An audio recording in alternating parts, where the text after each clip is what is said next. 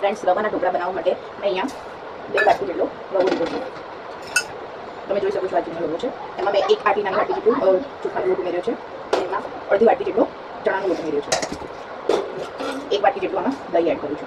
હવે આ બધા જ મિશ્રણને આપણે મિક્સ કરી લેવાનું છે. આ બધા જ મિશ્રણને આપણે મિક્સ કરી લેવાનું છે.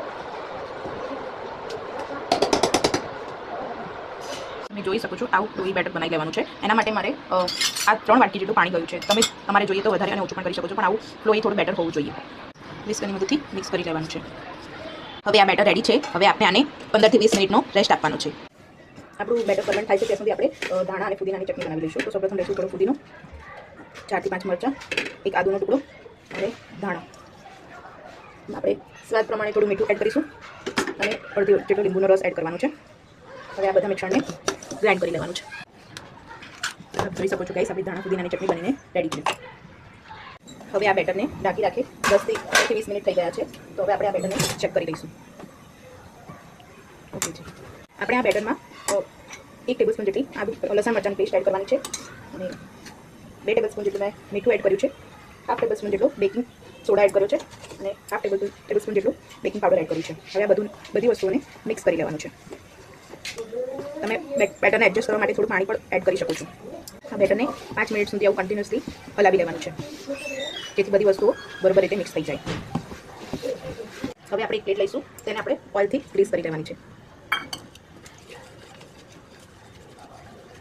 અને તેમાં આ ઢોકળાનું બેટર એડ કરી દેવાનું છે.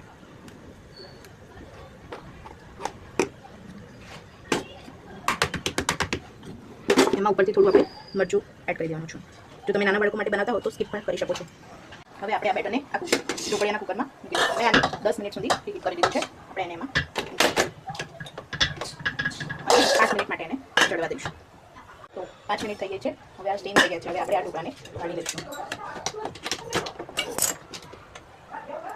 હવે આપણે આને થોડું ઠંડુ થાય એટલે આમાં કટ કરી લેવાના છે અને આમાં એક વઘાર એડ કરવાનો છે. ફ્રાય પેનમાં મેં 2 ચમચી જેટલું તેલ ગરમ કરી લીધું છે. એમાં આપણે હાફ ટેબલ સ્પૂન જેટલી રાઈ એડ કરીશું અને 1 ટેબલ સ્પૂન જેટલા મેં તલ એડ કર્યા છે. હવે આ વઘારને આપણે બેટરમાં નાખી દઈશું. ઉપરથી મેં થોડા ધાણા એડ કર્યા છે ગાર્નિશિંગ માટે. તમે જોઈ શકો છો કેટલા ફ્લફી અને સોફ્ટ ઢોકળા બનીને રેડી થઈ ગયા છે. આ સ્પોન્જી અને ઇન્સ્ટન્ટ ઢોકળા તમે જરૂરથી